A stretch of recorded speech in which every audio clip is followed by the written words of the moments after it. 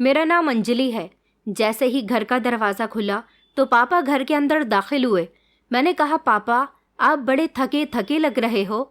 उन्होंने बस मामूली सा जवाब दिया कि बेटा मेरी तबीयत ठीक नहीं है। मैं उनकी तरफ से थोड़ा परेशान हो गई थी क्योंकि मैं उनसे बहुत प्यार किया करती थी।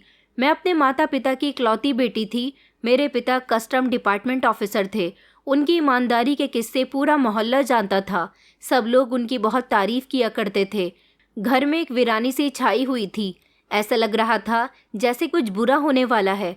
पापा भी सीधा अपने कमरे में चले गए थे और मम्मी उनके पीछे पीछे। 8 बजे का टाइम था जब अचानक हमारे घर के दरवाजे पर दस्तक होने लगी। हम सब घबरा गए।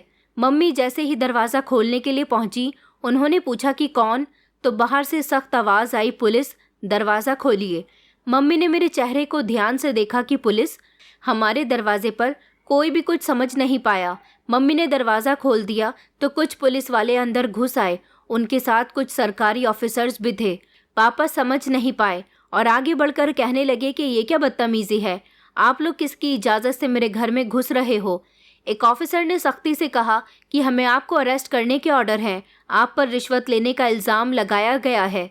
पापा हैरान हो गए और गुस्से से कहने लगे कि मैंने कोई रिश्वत नहीं ली, सारी ज़िंदगी अपनी ड्यूटी ईमानदारी से की है। मगर उन लोगों ने पापा की एक बात न सुनी और उनके हाथों में ज़बरदस्ती हथकड़ी डालकर उन्हें अपने कब्ज़े में कर लिया और बाकी सारे ऑफिसर्स को घर के अंदर तलाशी लेने के लिए कहा गया। उन्होंने हमारे घर के कोने कोने की तलाशी ली। मैं एक तरफ खड़ी हुई थी। मम्मी चिल्ला चिल्लाकर रो रही थी। पापा कह रहे थे कि छोड़ दो मुझे, मैं तुम लोगों को छोड़ूंगा नहीं। तभी एक पुलिस ऑफिसर ने कहा कि चलो हमारे साथ, अब ऑफिस चलकर ही सफाई देना। पापा ने आखिरी बार हमारी तरफ देखा जैसे वो कुछ कहना चाहते हों। मेरे पापा को पुलिस अपने साथ गाड़ी में बिठाकर ले गई थी और यहाँ मैं और मम्मी बहुत परेशान थे। पूरा मोहल्ला हमारी बेइज्जती का तमाशा देख रहा था। उनके जाने के बाद घर की वीरानी ने मुझ पर जैसे हमला कर दिया था। घर का सामान इधर उधर बिखरा पड़ा था। मम्मी अपना सर पकड़कर बैठी रो रही थी कि आखिर ये सब क्या हो गया।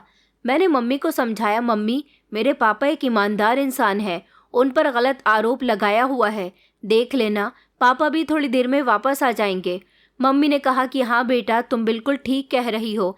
लेकिन सारी रात गुजर गई थी, पापा घर नहीं आए थे, न हम दोनों माँ बेटी सारी रात सो सके थे। हम दोनों बहुत फिक्रमंद हो रहे थे। मोहल्ले के लोग बातें बना रहे थे कि शर्मा जी को रिश्वत लेने के इल्ज़ाम में गिरफ्तार कर लिया गया है। कुछ लोग हमदर्दी कर रहे थे तो कुछ लोग शक भरी नज़रों से देख रहे थे। उस दिन पहली बार मैंने देखा था कि इंसान सारी ज़िंदगी ईमानदारी के साथ गुजार ले, लेकिन जब उस पर इल्ज़ाम लगता है तो लोग उसकी सारी ज़िंदगी की ईमानदारी को भूल जाते हैं। दोपहर का समय हो चुका था जब मेरे चाचा जी हमारे घर आए। उनका चेहरा सीरियस था। उन्होंने मम्मी को उम्मीद भरी नज़रों से देखा और फिर कहने लगे कि भाभी ये मैटर बहुत ही सीरियस है, इसकी सज़ा तो भैया को मिलनी ही थी, अगर कुछ नहीं किया तो भी बदनामी से बच नहीं सकते। मैंने कहा, चाचा जी मेरे पापा ने कुछ नहीं किया, वो बेकसूर हैं। चाचा ने कहा कि बेटा इस तरह इमोशनल होकर सच को नहीं बदला जा सकता। पता नहीं तुम लोगों के साथ अब क्या होगा, ऊपर वाला तुम पर भी रहम करे। चाचा जी की बातें दिल में चुभ रही थी, लेकिन मैंने अपने आंसुओं पर कंट्रोल किया, अपनी माँ को तसल्ली दी और दिल में फैसला किया कि ऐसा वैसा कुछ भी नहीं होगा। मेरे पापा सही सलामत वापस आ जाएंगे। पापा को पुलिस अपने अंडर में ले चुकी थी। अगले दिन सरकारी ऑफिसर्स फिर से हमारे घर पहुंचे। इस बार उनके हाथों में कुछ कागजात थे। नोटिस दिखाते हुए एक ऑफिसर ने कहा कि ये घर अब सरकार का हो गया, आपको जल्द से जल्द खाली करना होगा। मम्मी ने रोते हुए कहा कि नहीं, ऐसा नहीं हो सकता, ये घर हमारा है, मेरे पति ने अपनी मेहनत की कमाई से इसे बनाया। ऑफिसर ने कहा, लेकिन मैडम अभी गवर्नमेंट का हो चुका है, अगर आपको अपना कोई ज़रूरी सामान लेना है तो जल्दी कीजिए, हमारे पास ज़्यादा समय नहीं है। हमने घबराकर घर की तरफ देखा। जल्दी जल्दी सामान पैक करने की मोहलत भी नहीं मिली। जो सामान हाथ आया वही रख लिया। मैंने अपनी पढ़ाई की बुक्स उठाने की कोशिश की तो एक हवलदार ने रोक दिया कि जो चीज़ जब्त कर ली गई है वो आप नहीं ले जा सकती। अपनी आंखों से मैंने जो सपने देखे थे वो मुझे अब टूटते हुए नजर आ रहे थे। कुछ घंटों के अंदर अंदर हमारा घर खाली करवा लिया गया। बस हम वही कपड़े पहनकर बाहर आ गए जो शरीर पर थे। मेरी माँ आसमान की तरफ देखकर रोने लगी। उन्होंने कहा कि भगवान अब हम कहाँ जाएंगे? हमारा कौन है तुम्हारे अलावा? अब हमारा कोई सहारा नहीं।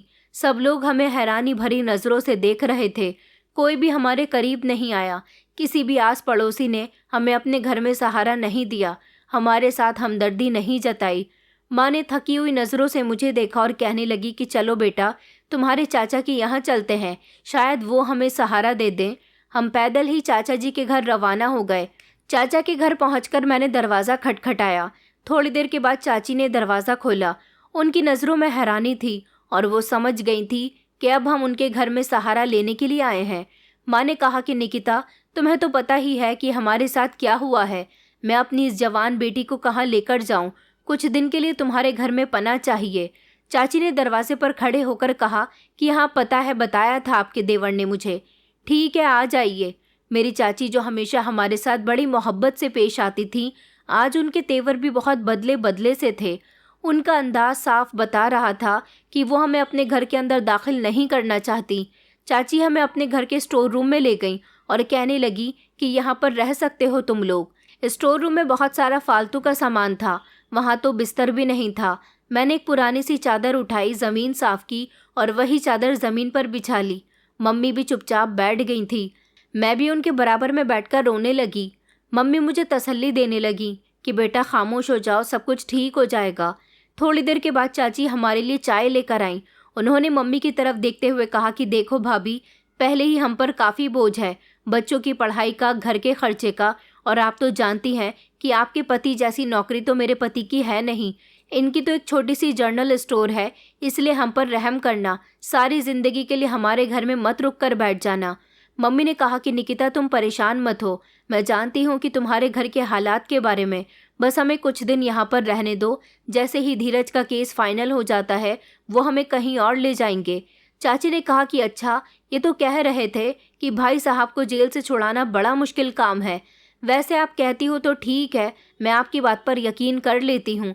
इतना कहकर चाची वहाँ से चली गईं, लेकिन मुझे उनके शब्द बहुत बुरे लगे थे। हमें यहाँ रहते हुए 2-3 दिन गुजर गए थे। चाचा जी का बर्ताव भी हमारे साथ रूखा रूखा सा था, और ये बर्ताव हम पर बुरा समय आने की वजह से बदला था। पहले उनका बिहेवियर हमारे साथ बहुत अच्छा रहता था। वो हमारे घर आया करते थे तो हर बार मेरे लिए कोई ना कोई गिफ्ट लेकर आते थे। कहते थे कि तुम मेरी फेवरेट भतीजी हो। मम्मी पापा को भी बहुत इज्जत दिया करते थे, क्योंकि मेरे पापा हर महीने खुद भी चाचा जी के घर कोई ना कोई कीमती तोहफा पहुंचाते रहते थे। मेरे पापा ने अपने भाई की हर कदम पर मदद की थी, हर कदम पर उनका साथ दिया था, लेकिन अब उनकी पत्नी और बेटी का साथ देने के लिए उनका कोई रिश्तेदार आगे नहीं आ रहा था। हमें यहाँ पर 2-3 दिन गुजर गए थे। चाची जी ने कह दिया था कि अब तुम लोग भी यहाँ पर रह रही हो तो अपने काम खुद करो, खाना खाओ तो अपने हिस्से के बर्तन को धोकर रखो और अपने कपड़े भी अलग धोना, और हाँ, स्टोर रूम में रह रही हो तो स्टोर रूम और उसके आसपास की जगह की सफाई भी कर देना। मैंने चाची से कहा था कि ठीक है चाची, आपको फिक्र करने की ज़रूरत नहीं है, मैं सब कुछ कर लूँगी। इसी बहाने चाची हमसे अपने घर के सारे काम ले रही थी। मैं मम्मी से कोई काम नहीं करवाती थी, क्योंकि उनके दिल पर पहले ही काफ़ी बड़ा सदमा लग चुका था। मम्मी मुझे इस घर में नौकरानी की तरह काम करता हुआ देखती तो शर्मिंदगी महसूस किया करती थी। उन्होंने जो कभी मुझसे घर में एक काम भी नहीं करवाया था, आज मुझे अपनी चाची के घर में नौकरानी बनाकर उनके घर का सारा काम करना पड़ रहा था। ये सब देखकर मेरी मम्मी को बहुत अफसोस हो रहा था। कुछ दिनों में यहाँ का माहौल और ज़्यादा बिगड़ने लगा। चाची हमेशा हमें ताने देते हुए कहती कि तुम्हारे पिता का केस कभी फाइनल नहीं होगा। अरे रिश्वत ली है, रिश्वतखोर है वो, तो फिर उन्हें इतनी आसानी से पुलिस वाले कैसे छोड़ देंगे। फिर उन्होंने मेरी मम्मी की तरफ देखा और कहने लगी कि बस भाभी, बहुत दिन हो गए, मैं आपके आगे हाथ जोड़ती हूँ, चली जाइए यहाँ से। मैंने बर्तन पटकते हुए कहा कि चाची जी, आप हम लोगों को समझती क्या हैं? आप हमें बासी खाना देती हैं, जिसके बदले मुझे घर का सारा काम करना पड़ता है। रहने के लिए एक छोटा सा स्टोर रूम दिया हुआ है, जहां हम दोनों माँ बेटी खामोशी से पड़े रहते हैं, आपसे कुछ कहते भी नहीं, और आप आज हमें इतनी बातें सुना रही हो। और आपकी हिम्मत कैसे हुई मेरे पापा को रिश्वतखोर कहने की? मेरे पापा रिश्वतखोर नहीं हैं, वो एक ईमानदार इंसान है, और आप देख लेना कि उनकी ईमानदारी एक दिन सबके सामने आएगी और साथ साथ आपको भी बहुत शर्मिंदा करेगी। चाची कहने लगी, मेरे घर में रह रही हो और मेरे ही साथ बदतमीज़ी कर रही हो। उन्होंने मम्मी की तरफ देखा और कहने लगी, अरे भाभी, आपने अपनी बेटी को यही संस्कार दिए हैं। अभी और इसी वक्त दोनों माँ बेटी मेरे घर से निकल जाओ। अब मैं तुम लोगों को अपने घर में और बर्दाश्त नहीं कर सकती। मैंने चिल्लाकर कहा कि ठीक है चाची, हम चले जाएंगे यहाँ से। हमें भी यहाँ पर रहने का कोई शौक नहीं है, बस मजबूरी की वजह से रह रहे हैं आपकी ढेर सारी बातें बर्दाश्त करके। लेकिन आज आपने बर्दाश्त की सारी हदें पार कर दी हैं। मैंने मम्मी का हाथ पकड़ा और अपना सामान लेकर घर से बाहर निकल आई थी। मम्मी दरवाजे पर खड़े होकर रोने लगी और कहने लगी कि बेटा, तुम्हें निकिता के साथ यूं बदतमीजी नहीं करनी चाहिए थी। मैंने कहा मम्मी, वो मेरे पापा को रिश्वतखोर कह रही थी, उनकी बेइज्जती कर रही थी। मैं अपने पापा को अच्छी तरह से जानती हूँ, वो बहुत ही अच्छे इंसान हैं। मैं अपने पापा के बारे में किसी के मुंह से एक शब्द भी नहीं सुन सकती। मुझे उनके घर में नहीं रहना, हम कहीं और चले जाएंगे। मम्मी ने कहा कि बेटा, हम कहाँ जाएंगे? इस शहर में तो हमारा और कोई रिश्तेदार भी नहीं रहता, ले देकर तुम्हारे चाचा और चाची ही थे। मैंने कहा मम्मी, बस थोड़े समय की परेशानी और है, पापा जेल से छूट जाएंगे तो सब कुछ ठीक कर देंगे। मम्मी कहने लगी कि हाँ बेटा, मैं भी यही प्रार्थना कर रही हूँ। हम दोनों मम्मी बेटी चलते हुए रेलवे स्टेशन तक पहुँच गए थे। बस यही फिक्र थी कि जल्द से जल्द कहीं से छत का बंदोबस्त हो जाए। चलते चलते मम्मी के कदम लड़खड़ा रहे थे, लेकिन उन्होंने हिम्मत नहीं हारी। मैंने उनका हाथ पकड़ लिया और वहीं साइड पर बेंच देखकर हम दोनों माँ बेटी वहाँ पर बैठ गए थे। वहाँ बैठे तो मैंने कॉलेज की कुछ लड़कियों को आते जाते देखा। उनको देखकर मेरे दिल में भी अरमान जागे कि मैं भी आगे और पढ़ना चाहती थी। लेकिन अब तो हमारे लिए 2 वक्त की रोटी मुश्किल हो रही है, भला पढ़ाई करना तो इम्पॉसिबल है। सुबह से रात हो गई थी। मैं और मम्मी वहीं बैठे रहे और आते जाते लोगों को तरस भरी नज़रों से देखते रहे। फिर एक हवलदार हमारे करीब आया और कहने लगा कि तुम लोग यहाँ बहुत टाइम से बैठी हुई हो, अब काफ़ी रात हो गई है, चलो जाओ यहाँ से। मैंने हाथ जोड़कर कहा कि हम बेसहारा हैं, हमारा कोई घर नहीं है, हमारे पास कोई सहारा नहीं है, हम कहाँ जाएं? हमें यहाँ बैठा रहने दीजिए। मेरी मम्मी से ज़्यादा देर तक चला नहीं जाएगा, हम यहाँ से कहाँ जाएं? प्लीज़ हमें यहाँ से मत हटाइए। तो उन्होंने कहा कि अगर तुम परेशान हो तो पुराने रेलवे स्टेशन के पास चली जाओ, वहाँ पर एक नया रेन बसेरा बना है, तुम जैसे बेसहारा लोगों के लिए ही है। वहाँ यात्री और तुम जैसे बेघर लोग जाकर समय गुजार सकते हैं। मैंने मम्मी को उठाया और वहीं पर चली गई, लेकिन वहाँ का माहौल बिल्कुल अलग था, मगर सर पर छत थी। रेन बसेरे के एक इंचार्ज ने कहा कि यहाँ हर हफ्ते कमरा खाली करना पड़ता है और सफाई भी खुद करनी होगी, कोई फैसिलिटी नहीं मिलेगी। मम्मी ने कहा कि हमारे लिए इतना ही बहुत है कि हमें थोड़ी सी जगह मिल जाए और कुछ नहीं। हमें रहने के लिए एक छोटा सा कमरा दे दिया गया था। मैंने वहाँ पर साफ़ सफाई का काम शुरू कर दिया था ताकि कुछ खाने पीने का इंतज़ाम हो सके। मम्मी की तबीयत दिन ब दिन बिगड़ती जा रही थी, मगर वो फिर भी मुझे हौसला देती रहीं। अब यहाँ कुछ दिनों के लिए हमारे रहने का बंदोबस्त तो हो गया था, इसलिए अब मुझे कुछ भी करके अपने पापा के बारे में पता लगाना था, क्योंकि बहुत दिन हो गए थे।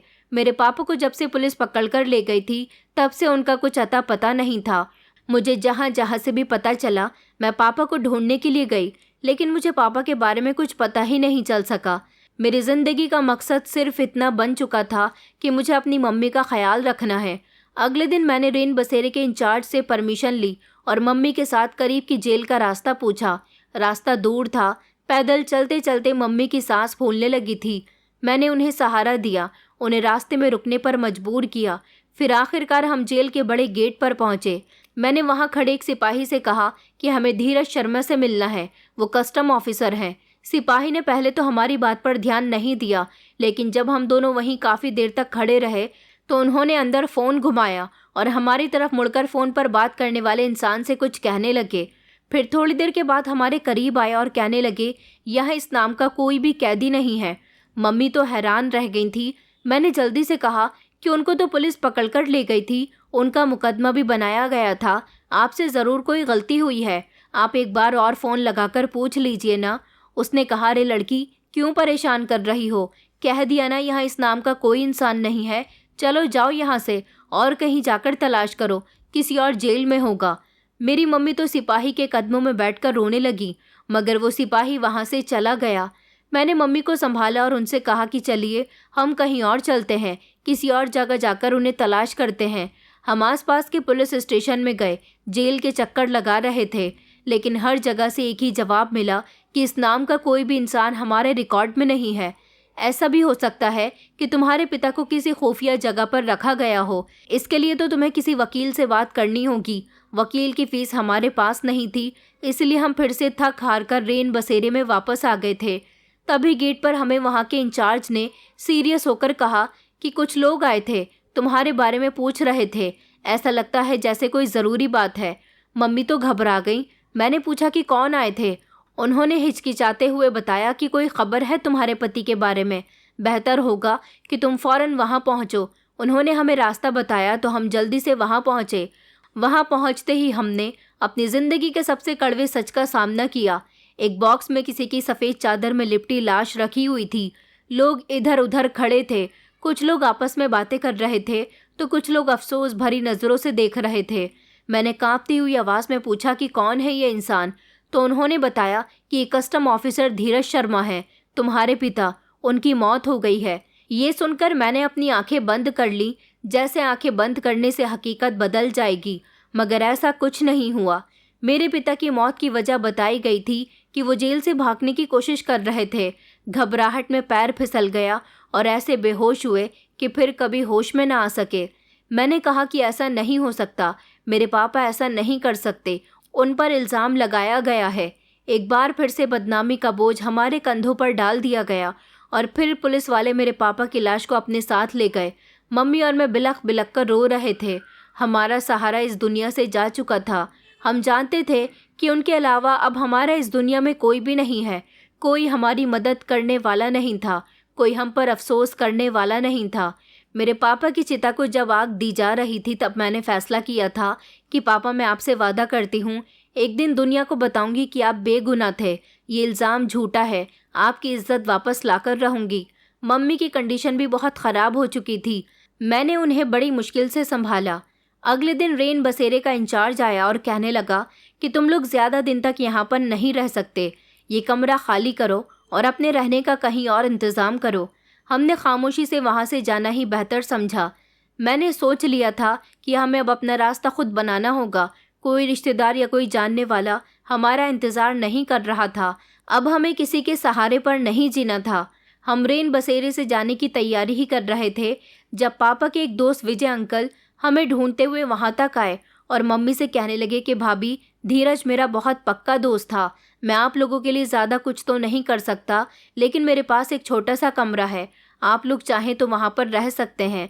मैं जानता हूँ कि वो आपके लिए काफ़ी होगा। मम्मी ने थके हुए शब्दों में कहा कि भाई साहब, कमरा कैसे भी हो, बस सर पर छत होनी चाहिए। हम विजय अंकल के साथ एक पुराने से मोहल्ले में आ गए थे जहाँ एक छोटा सा घर था जिसमें सिर्फ एक छोटा सा कमरा और थोड़ा सा ही आंगन था। दीवारों पर सीलन थी। टॉयलेट बाथरूम भी ठीक से बने हुए नहीं थे। ज़मीन में भी गड्ढे थे। छत में एक छोटा सा बल्ब लटक रहा था। ये कमरा हमारे लिए किसी महल से कम नहीं था। बस दिल में ये सुकून था कि अब बारिश हो या धूप, हमारे सर पर छत थी। हमने विजय अंकल का बहुत शुक्रिया अदा किया, क्योंकि अगर वो हमारी मदद नहीं करते तो पता नहीं हम अब कहाँ जाते। कुछ दिन तो जैसे तैसे गुजर गए। पास में भंडारा होता था, वहाँ से खाना लाकर मेरा और मम्मी का गुजारा हो गया था। और किसी किसी टाइम तो हम दोनों माँ बेटी पानी पीकर ही सो जाते थे। एक दिन विजय अंकल आए और कहने लगे, बेटा, पास में एक सरकारी स्कूल है, वहाँ राशन बंट रहा है, तुम भी जाकर कुछ ले आओ। कोई अमीर आदमी राशन बांट रहा है। मम्मी मेरा हाथ पकड़कर कहने लगी कि ले आओ बेटा, कुछ खाने का बंदोबस्त हो जाएगा। मैंने जल्दी से अपना दुपट्टा लिया, अपने चेहरे को अच्छी तरह से ढक लिया और वहाँ चली गई तो एक लंबी लाइन लगी हुई थी। औरतें, बच्चे और बूढ़े सब एक दूसरे को धकेलते हुए आगे बढ़ने की कोशिश कर रहे थे। मैंने लाइन में लगते हुए प्रार्थना की कि मुझे भी कुछ मिल जाए, हमारे खाने का बंदोबस्त हो जाए। जब मेरी बारी आई तो मैंने झूलकर राशन का थैला उठाने की कोशिश की। अचानक मेरा दुपट्टा खुल गया और मेरे चेहरे से सरक गया। मेरा चेहरा सब लोगों के सामने आ गया था। थैला भारी था, उसे उठाने के चक्कर में मैं अपना दुपट्टा संभाल न सकी। सामने कुर्सी पर बैठे इंसान की नज़र मुझ पर जम गई। लोग आपस में बातें करने लगे कि ये तो वही है ना, कस्टम ऑफिसर धीरज शर्मा की बेटी। लोगों की बातें सुनकर मेरे होश उड़ गए। मैंने जल्दी से अपना चेहरा कवर किया और थैला वहीं रखकर भागने लगी। भागते हुए मेरी नज़र एक बार पलटकर उस इंसान पर पड़ी जो मुझे घूर कर देख रहा था। उसने सफ़ेद रंग की शर्ट के साथ नीला कोट और नीली पैंट पहनी हुई थी। सीरियस चेहरा और तेज़ नज़रों वाला इंसान। कोई बता रहा था कि ये अनुज प्रताप हैं, बहुत बड़ा बिजनेसमैन। इतना सुनते ही मेरे दिल में गुस्से की आग भड़क उठी। मुझे मेरे पापा की बातें याद आईं, जब वो कहा करते थे कि अनुज प्रताप जैसे लोग पैसे की ताकत दिखाकर गरीबों का हक मारना जानते हैं और दिखावा ऐसे करते हैं जैसे उन्हें गरीबों की बहुत ज़्यादा फिक्र है। मैं वापस कमरे में पहुंची तो मम्मी ने फिक्र से पूछा कि क्या हुआ बेटी, खाली हाथ? मैंने हिचकिचाते हुए कहा कि मम्मी, मैं जिसका राशन लेने के लिए गई थी वही मेरे पिता की बर्बादी का कारण है। मम्मी ने हैरानी से पूछा कि कौन? तो मैंने उनको बताया कि अनुज प्रताप। लोग कह रहे थे कि ये वही है। मम्मी खामोश हो गईं। अगले दिन विजय अंकल आए, उनकी आंखों में झिझक थी। उन्होंने सर झुकाकर कहा, कल जिसने राशन बांटा था वो अनुज प्रताप है। सबको पता है कि तुम्हारी परेशानी की जड़ वही है। मैंने गुस्से से कहा कि अंकल, अगर वो मेरे सामने आ जाए तो मैं उसका गिरेबान पकड़ लूं। अंकल कहने लगे कि बेटा, ये दुनिया सिर्फ ताकतवर लोगों की है, हम जैसे गरीब लोग तो सिर्फ तमाशा ही देख सकते हैं। मैंने मम्मी से कहा कि अब हमें खुद अपना हक लेना होगा। मम्मी ने कहा कि बेटा, रास्ता कठिन है लेकिन मैं तुम्हारे साथ हूँ। अगले कई दिनों तक मैं अनुज प्रताप के बारे में जानकारी इकट्ठी करने लगी। मैंने हर किसी के मुंह से यही सुना था कि अनुज प्रताप बहुत ताकतवर और अमीर इंसान है। उसके खिलाफ जुबान खोलना आसान नहीं, मगर मेरे लिए अब कोई डर बाकी नहीं था। जिसने मेरे पिता को बेइज्जत किया था मैं उसे बेनकाब करके रहूंगी। एक दिन विजय अंकल भागते हुए आए और कहने लगे कि अंजलि, बाहर कुछ लोग खड़े हैं, अनुज प्रताप के आदमी हैं, तुम्हें लेने के लिए आए हैं। मम्मी ने घबरा कर मेरा हाथ पकड़ लिया और कहने लगी कि बेटी, कहीं मत जाना, मैं पहले ही तुम्हारे पिता को खो चुकी हूँ, अब तुम्हें नहीं खोना चाहती। मैंने मम्मी को समझाया। विजय अंकल से कहा कि मेरी मम्मी का ख्याल रखिए। मैं हिम्मत से आगे बढ़ती हुई बाहर निकली तो देखा कि काले रंग की गाड़ी के पास 2 गार्ड्स खड़े हुए थे। मैं उनके करीब गई और कहने लगी कि मुझे कहाँ लेकर जा रहे हो? उन्होंने कहा कि कोई सवाल जवाब मत करो, बस सर तुमसे मिलना चाहते हैं। मैं गाड़ी में बैठ गई और खिड़की से बाहर देखने लगी। रास्ता पूरा हो चुका था। गाड़ी एक बड़े से होटल के सामने जाकर रुकी। फिर गाड़ी से उतरकर मुझे लिफ्ट के जरिए ऊंचे फ्लोर पर ले जाया गया। फिर मुझे एक कमरे में भेज दिया गया जहां महंगा फर्नीचर था और चारों तरफ खुशबू फैली हुई थी। कुछ समय के बाद दरवाज़ा खुला और अनुज प्रताप अंदर आता हुआ, साफ सुथरा और महंगे कपड़े पहने हुए। चेहरे पर उसके अजीब सी सीरियसनेस थी। मैंने गुस्से में कहा कि मुझे यहाँ पर क्यों बुलाया है? उसने कहा कि मैं तुमसे बात करना चाहता था। मैंने कहा, क्या रह गया है? मेरे पिता की इज्जत छीनकर, उनकी जान लेकर अब क्या रह गया है तुम्हारे लिए? उसने मेरे सामने बैठते हुए कहा कि मैं जानता हूँ कि तुम मुझसे नफरत करती हो, मगर मेरी बात सुनो, मैं तुम्हें अपनी ज़िंदगी का साथी बनाना चाहता हूँ। जब मैंने पहली बार तुम्हें देखा और मुझे पता चला कि तुम मुझसे नफरत करती हो और कौन हो, तभी से मेरा दिल तुम्हारे लिए बेकरार हो रहा है। उसकी बात सुनकर मुझे ऐसा लगा जैसे किसी ने मेरे मुंह पर थप्पड़ मार दिया हो। मैंने गुस्से में अपने होंठ भींच लिए। मैंने चिल्लाकर कहा कि जिस इंसान ने मेरे पिता की ज़िंदगी बर्बाद कर दी वो अब मेरी भी ज़िंदगी बर्बाद करना चाहता है। अनुज ने कहा कि नहीं, ऐसा नहीं है अंजलि, मैंने तुम्हारे बारे में सब कुछ पता लगा लिया है। तुम और तुम्हारी मम्मी बहुत परेशान हो, प्लीज़ मेरी बात सुनो। वो धीरे धीरे चलता हुआ मेरे करीब आया और उसने मेरे कंधों पर हाथ रखा तो मैंने उसके मुंह पर एक ज़ोरदार थप्पड़ मार दिया। कमरे में थप्पड़ की आवाज़ ज़ोरदार तरीके से गूंजी थी। मैंने कहा, घटिया इंसान, मेरे पिता के कातिल, मुझे यहाँ मेरी इज्जत का सौदा करने के लिए बुलाया है। मुझे अपनी शक्ल मत दिखाना। मैं वहाँ से जाने लगी तो उसने मुझे आवाज़ देकर कहा कि अंजलि, तुम्हें अभी सच्चाई का पता नहीं है। जब सच्चाई तुम्हें पता चलेगी तो तुम खुद मेरे पास आओगी। मैंने कहा कि मैं तुम्हारा चेहरा भी नहीं देखना चाहती। मैं वहाँ से वापस आ गई थी। मुझे बहुत गुस्सा आ रहा था। मैंने फैसला कर लिया था कि मैं इस आदमी से अपने पिता की मौत का बदला ज़रूर लेकर रहूँगी। मैं इस इंसान से अब और ज़्यादा नफरत करने लगी थी। मम्मी ने पूछा कि बेटा क्या हुआ, उसने तुम्हें कुछ किया? तो मैंने कहा कि नहीं मम्मी, उसकी इतनी हिम्मत नहीं कि वो मुझे कुछ कर सके, बल्कि मैं उसके मुंह पर थप्पड़ मार कर आई हूँ। मैं उसे सज़ा दिलवा कर रहूँगी। मम्मी ने मेरा हाथ पकड़ लिया और कहने लगी, ऊपर वाले का शुक्र है मेरी बेटी सही सलामत वापस आ गई। उस रात मुझे ठीक से नींद नहीं आई थी। पता नहीं क्यों मुझे ऐसा लग रहा था कि अनुज की आंखों में वो सब झूठ नहीं था जो मैंने उसकी आंखों में देखा था, लेकिन मेरा दिल ये सोचकर भी पाप कर रहा था कि वो सच्चा हो सकता है। अगली सुबह विजय अंकल आए। उनके हाथ में एक थैला था जिसमें राशन का सामान था और दवाइयाँ थीं। वो कहने लगे कि बेटा, ये अनुज प्रताप ने भेजा है। उसने कहा है कि ये कोई एहसान नहीं है, बस मदद है। मम्मी ने मेरी तरफ देखा जैसे मेरी परमिशन का इंतज़ार कर रही हूँ। मैंने कहा, अंकल, ये सब मेरे पिता के कातिल ने भेजा है, इसे वापस ले जाइए, हमें उसकी कोई मदद नहीं चाहिए। अंकल कहने लगे कि देखो बेटा, तुम्हारे हालात ऐसे नहीं हैं, तुम्हारी मम्मी भी बीमार हैं, तुम्हें ये सारा सामान एक्सेप्ट कर लेना चाहिए। मजबूरी इंसान से क्या कुछ नहीं करवा देती। मैं खामोश हो गई तो विजय अंकल वहाँ सामान रखकर चले गए। मम्मी ने मेरा हाथ पकड़कर कहा कि बेटा, किसी ने तो हमारी फिक्र की, मगर ना जाने क्यों मेरा दिल ये सब कुछ एक्सेप्ट करने के लिए तैयार नहीं था। घर में खाना बनाया था, लेकिन जब ध्यान जाता कि ये सब कुछ अनुज प्रताप के पैसों का है तो हलक से निवाला नहीं उतरता था। हमारी जिंदगी कहाँ से आकर कहाँ खड़ी हो गई थी। कुछ दिन इसी तरह से गुजर गए। एक शाम जब मैं मम्मी के लिए दवाई लेने के लिए गई तो मुझे मेरी कॉलेज फ्रेंड मिली। उसने कहा, अंजलि, तुम कहाँ हो आजकल? मैंने उसे अपनी ज़िंदगी के बारे में सब कुछ बताया तो वो अफसोस करने लगी। उसने कहा कि मुझे तो पता ही नहीं था कि तुम्हारे साथ ये सब कुछ हो चुका है। देखो, मेरे भैया हैं रोहन, तुम चाहो तो उनसे बात कर सकती हो, शायद वो तुम्हारी कोई मदद कर दें। तुम तो जानती हो ना मेरे भैया को कि वो कौन है। मैं भैया से तुम्हारे लिए बात कर लेती हूँ। मैंने कहा, ठीक है। तो उसने कहा कि तुम मेरे भैया से मिल लेना। मेरी फ्रेंड रितिका का भाई रोहन, जो कभी मुझे पसंद किया करता था जब मैं रितिका के घर जाया करती थी, लेकिन कभी मैंने उसकी मोहब्बत को एक्सेप्ट नहीं किया था। अब मामला मेरे पिता की इज्जत का था, इसलिए मैंने हिचकिचाते हुए कहा कि रितिका, रोहन सच में मेरी मदद कर सकता है। उसने कहा कि हाँ यार, क्यों नहीं करेंगे भैया तुम्हारी मदद। फिर मैं और रोहन एक छोटे से कैफ़े में मिले। रोहन ने मुझे नज़र भरकर देखा, उसकी आंखों में अभी भी वही मोहब्बत बाकी थी। मैंने कहा, रोहन, मुझे तुम्हारी मदद चाहिए। मुझे अपने पिता की बेगुनाही साबित करनी है। उन पर जो आरोप लगाए गए थे वो सब झूठे थे। रोहन ने सीरियस होकर कहा, तो बताओ, मैं तुम्हारे लिए क्या कर सकता हूँ। मैंने उसे बताया कि मुझे शक है कि कुछ कागजात, फाइल्स ऐसी हैं जो छुपाई गई हैं। उसने कहा कि मैं जानता हूँ कि पुराने डॉक्यूमेंट्स के ज़रिए उन रिकॉर्ड तक सच्चाई का पता लगाया जा सकता है। मैं कोशिश करूँगा।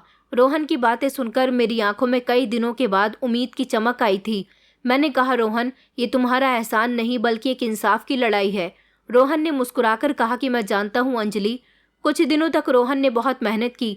वो रिकॉर्ड तलाश किया, अलग अलग लोगों से मुलाकात की और देर रात मुझे फ़ोन करके बताया कि कहाँ कहाँ से उसे खबरें मिली हैं। रोहन ने जिस फाइल का वादा किया था वो आखिरकार हमारे हाथ आ चुकी थी। हम दोनों एक सुनसान जगह बैठे हुए थे। रोहन ने धीरे से कहा कि अंजलि, ये वो कागज़ हैं जो किसी ने बड़ी चालाकी से छुपाए थे। तुम्हारा शक बिल्कुल सही था। मैंने फाइल खोली, अंदर कई सारे पेपर्स थे जिसमें सरकारी मोहर लगी हुई थी और डिटेल्स भी थी। एक रिपोर्ट ने तो मेरी आंखों में आंसू भर दिए थे। उसमें लिखा हुआ था कि धीरज शर्मा कस्टमर ऑफिसर ने एक अवैध माल से भरे हुए ट्रक को पकड़ा था। ट्रक के कागज़ में जो नाम था उसने मेरे होश उड़ा दिए थे। ये किसी और का नहीं बल्कि विनोद प्रताप का था। मैंने हैरानी से रोहन की तरफ देखा। रोहन ने मुझे बताया कि विनोद प्रताप ये अनुज प्रताप का बड़ा भाई है, लेकिन दोनों भाइयों का बिजनेस अलग अलग है। विनोद प्रताप की शादी हुई तो अपने परिवार के साथ वो अलग सेटल हो गया और अपना कारोबार भी अलग कर लिया, लेकिन अनुज प्रताप अभी भी अपने माता पिता के साथ रहता है और उसने और उसके परिवार ने विनोद प्रताप से सारे संबंध ख़त्म कर दिए। इसका मतलब कि इस सब में अनुज का कोई हाथ नहीं है। रोहन ने सर हिलाया और कहने लगा कि सब कुछ किया धरा विनोद प्रताप का था, लेकिन सबको लगता है कि अनुज प्रताप भी इसमें शामिल है। विनोद प्रताप पर कोई शक न कर सके इसलिए उसने अपने भाई की कंपनी का ट्रक लिया, ये साबित किया कि वो ट्रक अनुज प्रताप का है और बदले में तुम्हारे पिता पर दबाव डालने की कोशिश की गई। मैंने गुस्से में कहा, और जब मेरे पिता ने दबाव कबूल नहीं किया तो उन पर मुकदमा बनाकर उनकी ज़िंदगी छीन ली गई। रोहन ने धीमी मुस्कुराहट के साथ कहा कि हकीकत यही है। मेरे पास आज सबूत था। मैंने कहा कि मैं डरने वालों में से नहीं हूँ। मैं अपने पिता की सच्चाई सबके सामने लाकर ही रहूँगी। तुम मेरे साथ हो ना रोहन? रोहन ने कोई जवाब नहीं दिया। मैंने कहा, क्या हुआ रोहन? उसने बताया कि मैं अब आगे तुम्हारा साथ नहीं दे सकता, मुझे माफ़ कर दो। मैं हैरान रह गई। मैंने कहा, क्या मतलब? उसने नज़र फेर कर कहा कि मेरे पेरेंट्स को बहुत धमकियाँ मिल रही हैं। अगर मैं आगे बढ़ा तो मेरी फैमिली ख़तरे में आ जाएगी। मेरी आंखों में आंसू आ गए। मैंने कहा, कोई बात नहीं रोहन, तुमने मेरी अब तक बहुत मदद की। मैं जानती थी कि वो मजबूर था। सबसे पहले ज़रूरी उसकी अपनी फैमिली की हिफाजत है। मैंने कहा कि तुम्हें शर्मिंदा होने की ज़रूरत नहीं है, मैं अकेली ही काफ़ी हूँ। उसने सर झुकाकर कहा कि मुझे माफ़ कर देना अंजलि। मैंने कहा कि नहीं, ऐसा मत कहो, तुमने मेरी इतनी मदद की, यही मेरे लिए बहुत है। फिर वो वहाँ से उठकर बिना कुछ कहे चला गया। रात होने वाली थी, लेकिन मेरे दिल में एक अजीब सी रोशनी पैदा हो चुकी थी। मेरे हाथ में अब सच था और मैं इस सच को दबाने नहीं देना चाहती थी। मैंने फाइल को अपने बैग में रखा और घर की तरफ रवाना हो गई।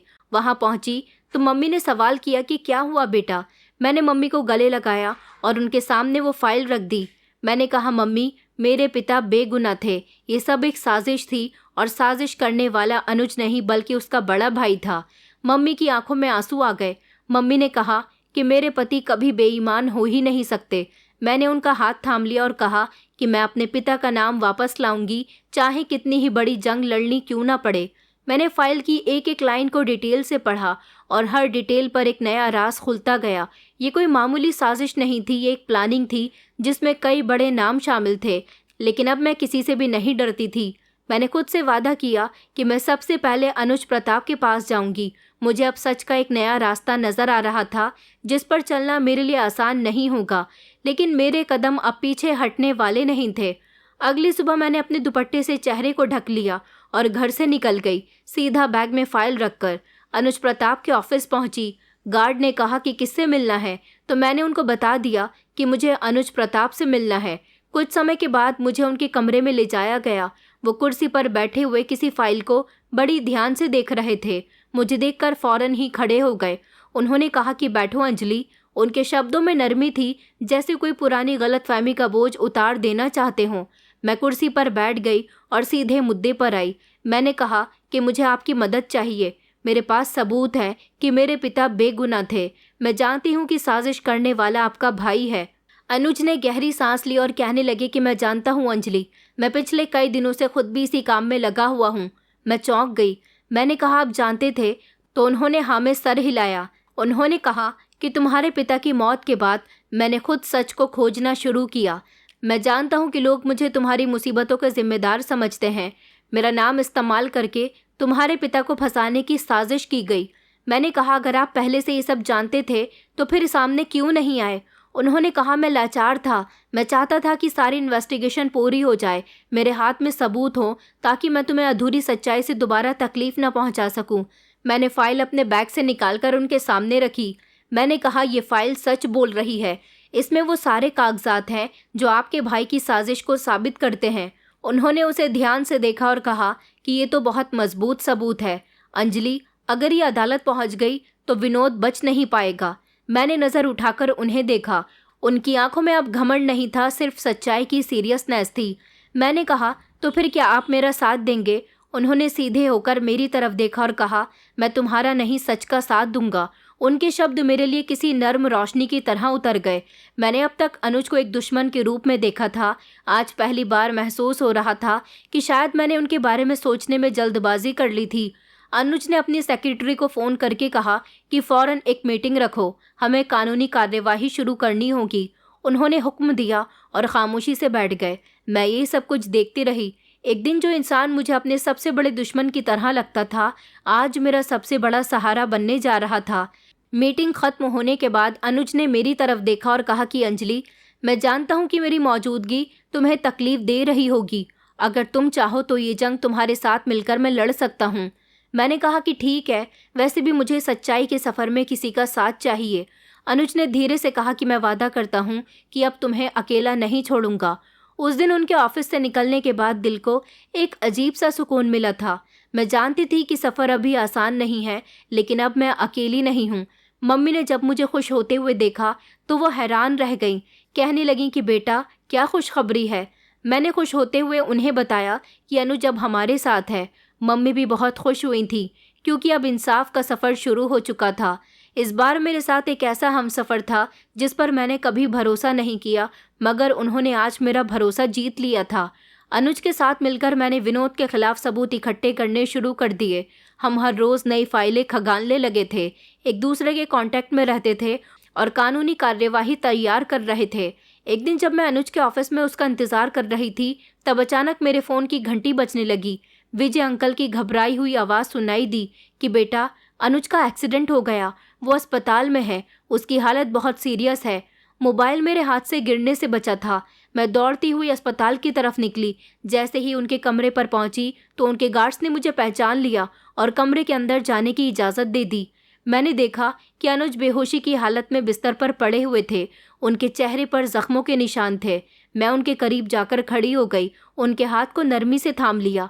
वो बहुत ही ज़्यादा तकलीफ में थे, लेकिन सांस ले रहे थे। यही मेरे लिए बहुत खुशी की बात थी। मैंने उनको धीमे से आवाज़ दी, अनुज। उन्होंने मेरी तरफ देखा। मेरे दिल की धड़कनें तेज़ हो गई। वो कुछ बोलना चाहते थे, लेकिन फिर बेहोश हो गए। मैंने उनके हाथ को सहलाया। मेरी आंखों में आंसू आ गए थे। जो इंसान मेरा साथ दे रहा था वो आज बेहोश पड़ा हुआ था। अपने दिल की सच्चाई कहना चाहता था। डॉक्टर अंदर आए और कहने लगे कि पेशेंट को अकेला छोड़ दीजिए। ऊपर वाले की कृपा से 2-3 दिन के बाद अनुज को होश आ गया था और उन्होंने मुझसे वादा किया कि तुम्हें फ़िक्र करने की ज़रूरत नहीं है। जैसे ही मैं रिकवर होता हूँ तुम्हारी मदद करूँगा। मेरा एक्सीडेंट भी मेरे भाई ने ही करवाया है, क्योंकि वो जान गया है कि मैं तुम्हारे साथ हूँ। तो मैं सिर्फ अपना और अपनी मम्मी का ख्याल रखना है। मैं तुम्हारा मुजरिम नहीं हूँ, बल्कि तुमसे मोहब्बत करता हूँ। उनके शब्द मेरे दिल में उतर गए थे। मैंने उनकी मोहब्बत पर उनको कोई जवाब तो नहीं दिया था, लेकिन उनका शुक्रिया अदा किया था। जब वो ठीक हो गए तो उन्होंने मेरी मदद करना फिर से शुरू कर दिया। उन्होंने शहर के सबसे बड़े वकील से कांटेक्ट किया और उन्हें सारे सबूत दिखाए। वकील ने डिटेल से सारा केस सुनाया और कहा कि आपका केस बहुत मजबूत है। अगर गवाह और सबूत सही तरह से पेश किए गए तो विनोद प्रताप को सज़ा ज़रूर मिलेगी। अनुज ने कहा कि हम दोनों मिलकर अदालत चलेंगे और तुम्हारे पिता की बेगुनाही दुनिया के सामने लाएंगे।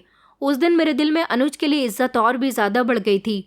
अनुज ने अपनी हर कोशिश इस केस में लगा दी थी। सारे सबूत जो उन्होंने संभाल कर रखे थे, जिसमें मेरी रोहन ने मदद की थी, अब हर एक सबूत मेरे लिए हथियार था जिसे सिर्फ सही समय पर इस्तेमाल करना था। अनुज ने एक दिन कहा कि हमें सिर्फ फाइलें नहीं बल्कि गवाह भी चाहिए, ऐसे लोग जो ये साबित कर सकें कि ये ट्रक विनोद का था। मैंने सर हिलाकर कहा कि एक आदमी है, मेरे पापा का पुराना साथी। वो अक्सर घर पर उसका जिक्र किया करते थे, चंदन सिंह। वो सब कुछ जानता है। हम दोनों ने चंदन सिंह को तलाश किया। कई दिनों की कोशिश के बाद एक पुराने मोहल्ले का हमें पता मिला। जब हम उसके सामने पेश हुए तो वो पहले हिचकिचाया, फिर कहने लगा कि विनोद प्रताप बहुत ताकतवर इंसान है। मेरे छोटे छोटे बच्चे हैं, मुझे खतरा है कि कहीं उन्हें कुछ ना हो जाए, कहीं मेरी जान को कोई खतरा ना हो जाए। अनुज ने उन्हें भरोसा दिलाया और कहा कि मैं आपकी और आपके परिवार की सिक्योरिटी का बंदोबस्त अपने जिम्मे लेता हूँ। चंदन सिंह ने लंबी सांस ली और आखिरकार वो राजी हो गए। उनके पास वो असल कागज़ भी थे जो साबित करते थे कि पकड़ा गया माल विनोद का था। हमने वकील से मुलाकात की। वकील ने सारी तैयारी पूरी कर ली थी। केस मजबूत है। वकील ने कहा अगर वो वक्त पर बयान दे दें तो फैसला हमारे हक में ही होगा। फाइनली मुकदमे का दिन भी आ गया था। अदालत के बाहर मीडिया की भीड़ थी। रिपोर्टर्स के हाथों में कैमरे थे जो कि हम पर झपट रहे थे। कोई सवाल कर रहा था कि मैडम, आपको इंसाफ की उम्मीद है? मैंने किसी को कोई जवाब नहीं दिया। अदालत के अंदर सख्त माहौल था। जज अपनी कुर्सी पर बैठे हुए थे। ढेर सारे वकील थे जिनकी आंखों में घमंड और नफरत साफ दिखाई दे रही थी।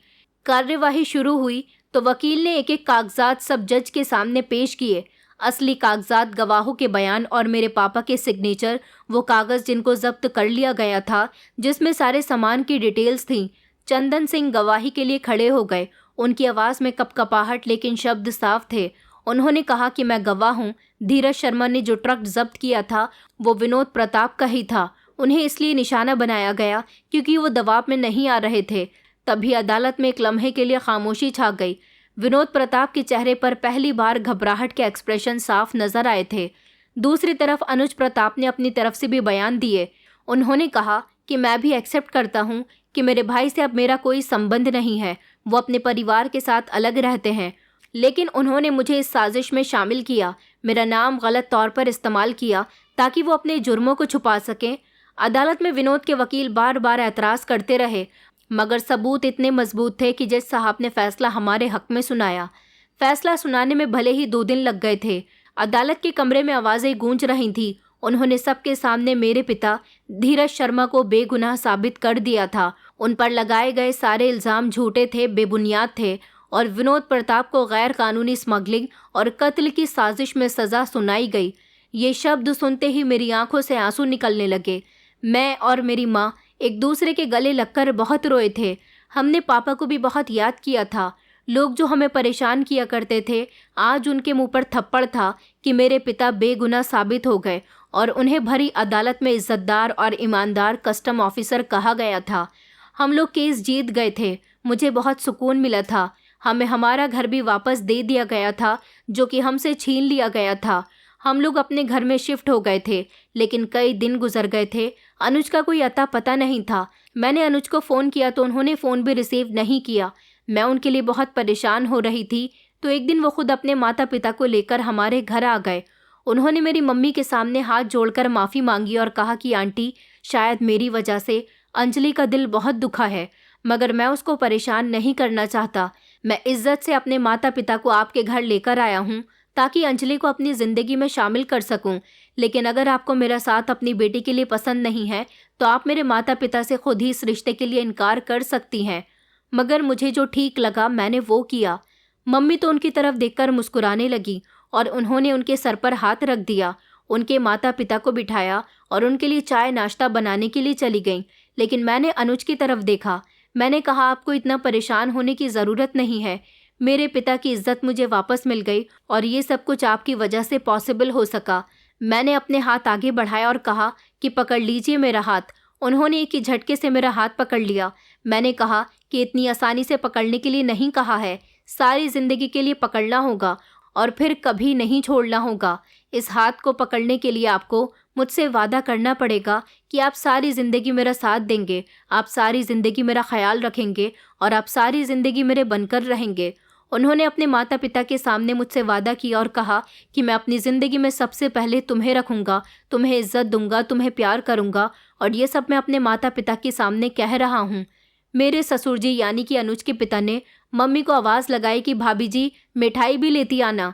मम्मी खुशी खुशी किचन से आईं और उन्होंने सबका मुंह मीठा करवाया। मुझे अपनी ज़िंदगी में सब कुछ मिल गया था। मेरे पिता की खोई हुई इज्जत, हमारा घर और मेरे वो सपने जो अधूरे रह गए थे, उनका पूरा करने में अनुज ने मेरी पूरी मदद की। मेरी पढ़ाई पूरी करवाई और मुझे शादी करके अपने साथ अपने घर ले गए। साथ ही मेरी मम्मी को भी अपने साथ रख लिया, क्योंकि वो जानते थे कि मेरी मम्मी मेरे बिना नहीं रह सकती। मैं आज उनकी पत्नी बनकर ज़िंदगी गुजार रही हूँ और बहुत ज़्यादा खुश हूँ। मगर इस मुश्किल समय ने मुझे इतना ज़रूर समझा दिया कि हमारे अपने नहीं होते, बल्कि मुश्किल समय में सबसे पहले हमारे पराये बन जाते हैं। और कुछ ऐसे लोग जिन्हें हम गलतफहमी की वजह से अपना दुश्मन मानने लग जाते हैं, असल में वो हमारे दुश्मन नहीं होते, बल्कि उन्हें हमारी तकलीफ़ का अंदाज़ा होता है। असल दुश्मन तो कोई और ही होता है। दोस्तों, उम्मीद करती हूँ आपको हमारी कहानी पसंद आई होगी। कहानी पसंद आई है तो वीडियो को लाइक करें, चैनल पर नए हैं तो चैनल को सब्सक्राइब करें और हाँ, नोटिफिकेशन बेल को ज़रूर दबाएं ताकि अगली अपडेट सबसे पहले आपको मिले।